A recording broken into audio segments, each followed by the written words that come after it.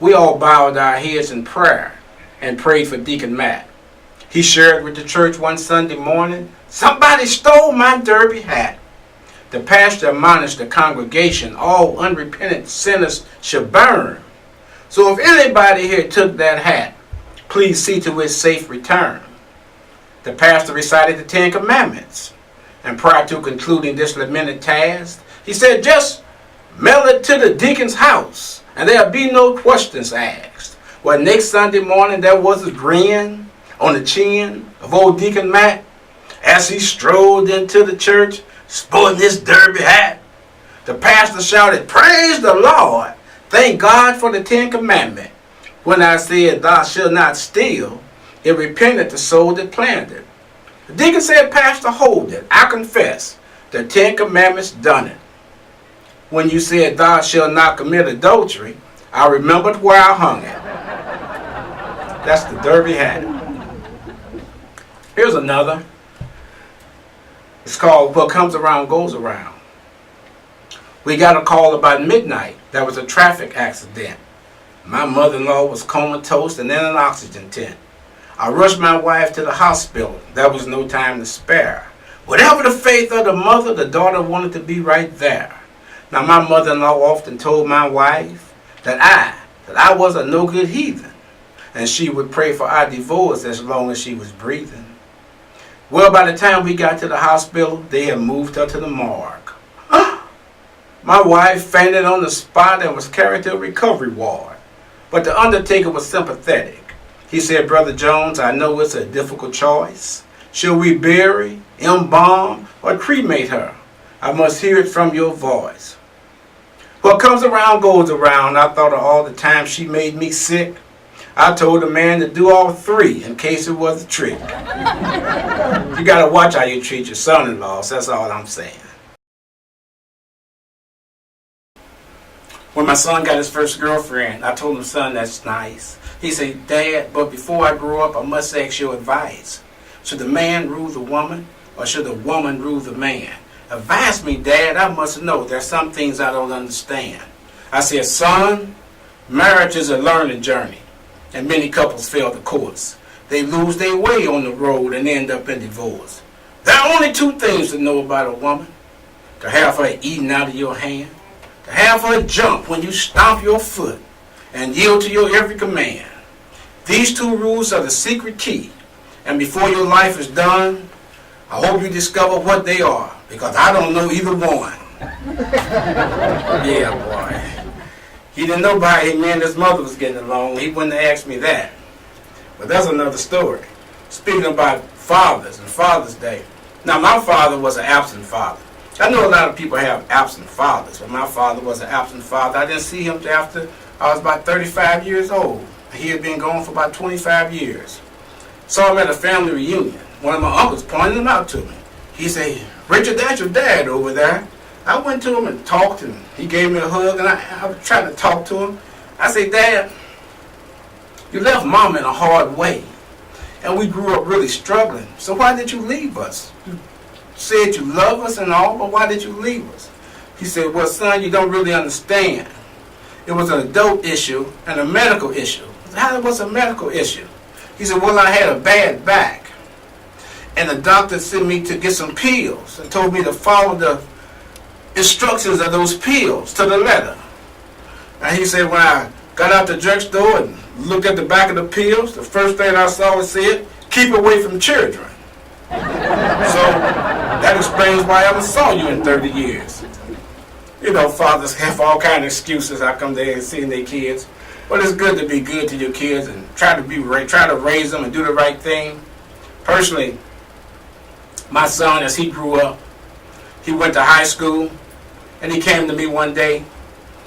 He said, "Dad, I'd like to take sex education, and you got to sign this permission slip." I said, "Sex education? What they going to be teaching you down there, boy?" He said, "Well, the first class is in the history of pornography." I said, "Pornography? You don't need to know nothing about pornography. Well, it's a sin. It's a perversion. You get involved in that pornography, next thing you know, you'll be looking at them little nasty books all night long. Then you'll get on that internet and you go to one filthy website after another. You'll look at them filthy websites so long till your eyes will go bad. Your eyes will get so bad you won't even be able to see across the room. You know what I'm saying to you, boy? He said, I'm over here, Dad. Boy, I tell you, you have a hard time raising them kids. Being married to something else. I got married late the second time. The first time I was 25 years old when I got married. The second time I was 50. And you know the funny thing about it, my second wife was 50 also. And I was wondering that this was her first marriage, and it made me wonder. I asked her, I said, how can a beautiful woman like you, who's a good cook and intelligent, and have so many things going for her and talented, will wait 50 years to get married? You've never been married before. I wonder why that is, honey. She said, well, Richard, I'm going to tell you the truth. I'm a Christian lady, and I promised God when I get married, I was going to never get a divorce. I was only going to be married one time. But I didn't want it to last that long. So, tell you the truth, it didn't last long either. We had to get out of that situation. She was one of them kind that, you know, I just came to her one day and say, honey, you told me you was going to obey and honor and cherish me for better or worse.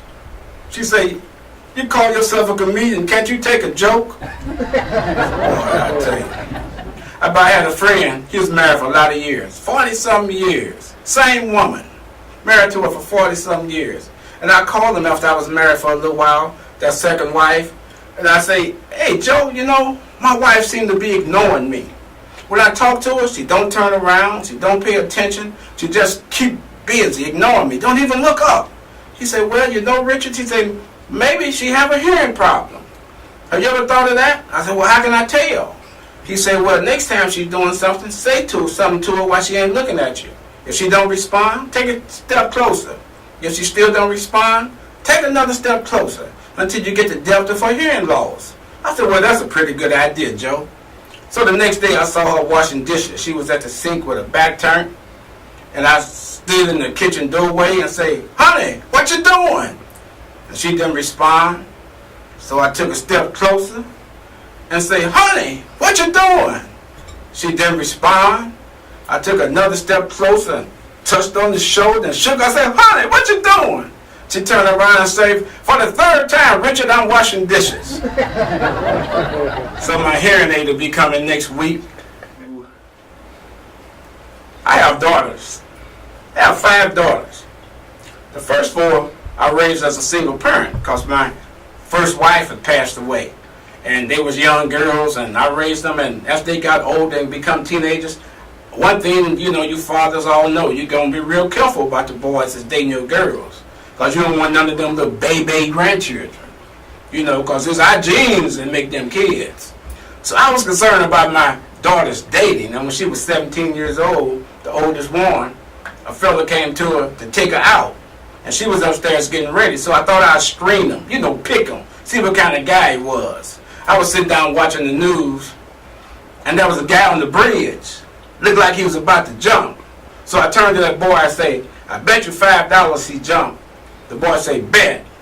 Right after that, the man jumped. I said, give me my $5. As he was about to pay me, my daughter walked in the room and say, Daddy, that's not fair. You saw that on the news earlier. The boy say, that's all right, a bet's a bet. I saw it too, but I didn't think he'd jump again. You got some crazy kids out there, that's all I'm saying. You got to watch the kind of kids who your daughters them hang around, you know. They something else. And you got to keep your kids in church. You got to keep them in church. When my youngest daughter was real young, she came to me one day after church and said, Daddy, Daddy. I said, what is it, baby? She said, I found out God's first name today. I said, God's first name? No, baby, God don't have a first name. It's just God. She said, no, Daddy, I found out God's first name. She was so excited. I said, no, baby, calm down. It's just God. And she was like she was about to cry, so I thought I would just entertain her questions. I said, okay, baby, what is God's first name? She said, Andy. I said, Andy? What makes you think God's first name is Andy? She said, well, they sing it in the songs in Sunday school. I say, really? Well, how does the song go, baby? She said, Andy walks with me, Andy talks with me, Andy. I said, okay, honey, I got it. Okay, you got to go to school, Sunday school with your kids. That's the main point. Okay. This poem is called Write It Down. When you get older, you need to write things down. This poem might remind you of yourself. As an older couple sat on their front porch, the husband said, honey, I believe I'll go in and make me some tea. The wife responded, baby, while you're there, please make it last for me. Then she yelled to him, honey, write it down before you go off and forget. You see, you walked off while I was still talking and you don't have my full order yet.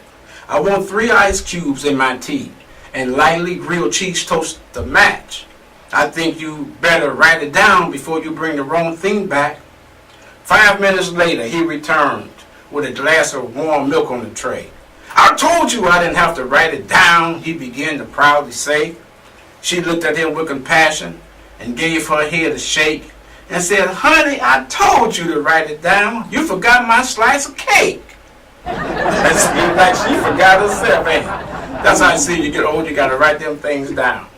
Speaking about getting older, I remember my father when he was as an elder man and I was coming up. I had to go to my father to ask for advice about dating, getting married, or any special hard occasion or hard question. We always went to our father for their blessings, or our mother for their blessing. This poem is called My Father's Blessing. Many years ago when I was a lad, in my family a tradition was taught. Before a boy took a girl in marriage, his father's blessings were sought. As my dad sat reading the evening paper, I came and sat at his side. I say, Dad, I'm in love with Sarah May and want to ask her to be my bride. My father gave me a sad look. He said, son, I'm sorry to say, but years ago, before I met your mother, your father was a bit risque. You see, back before your daddy met the Lord, there was many women in his life. And Sarah May is your half-sister. So you can't take her to wife. Well, 6 months passed and I was back, sitting at his side. I say, Dad, I'm in love with Patty Sue and want to ask her to be my bride. My father gave me a sad look. He said, son, I'm sorry to say, but years ago, before I met your mother, your father was a bit risque. You see, back before your daddy met the Lord, there was many women in his life. And Patty Sue is your half-sister. So you can't take her to wife. Mama saw me sitting on the back porch, head hung and feeling low. She said, what's the matter, son? Why is you ailing so? I solved the story Father told how I couldn't marry Sarah or Patty. She said, child, marry who you please. He ain't your real daddy. Boy, I was surprised Mama was an old girl that played around too. Sometimes we don't know our parents. That's how we got just tell the truth, let it out there. Okay. Oh boy, I was riding the other day. I like to ride in peace. I don't like all these cell phones and all that type of stuff. But so many people I broke down and got a cell phone a few years ago. I'm used to it now. But when I first got it, I hate carrying it. My wife called me one day. I was on the freeway, and she called me on my cell phone. She said, Richard, be careful. I said, what's the matter? She said, I'm looking at the TV news, and there's a news break. There's a car going down the 60 freeway in the wrong direction. I said, one hell, there's 1,000 of them. I guess I was the one going the wrong way, going to the freeway. Boy, I tell you, it's something else. These kids these days are something. You really got to be careful about all the things you do and say around your children.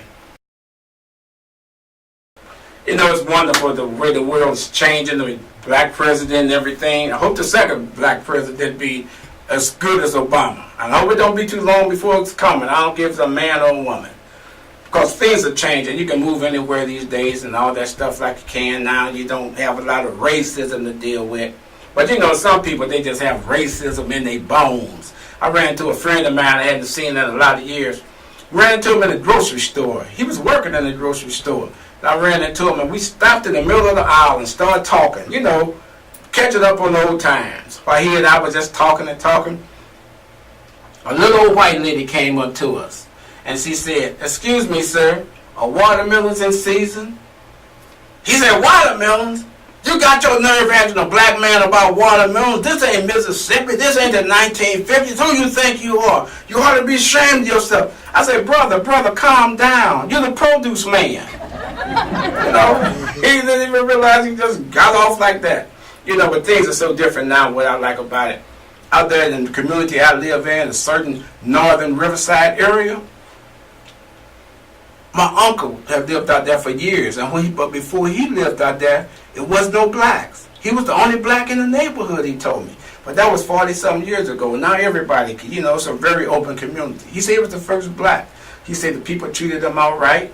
They waved at him. And he said he was out there when they had the first black fire captain. He was out there when they got the first black school principal. He said he was out there when they even started the first neighborhood watch group. He went to the first meeting. He came in and said, "Can I join?" They said, "No, you're the one we watching." But that's a long time ago. They ain't like that now, so he's real comfortable and everything. Okay.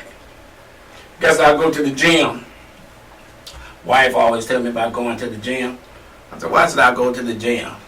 She said, "You're beginning to get feet do." I say, "Feet do? What does feet do?" He said, "That's when your stomach stick out more than your feet do." So, you know, that's why I go head on down to the gym. That's where I'm going now.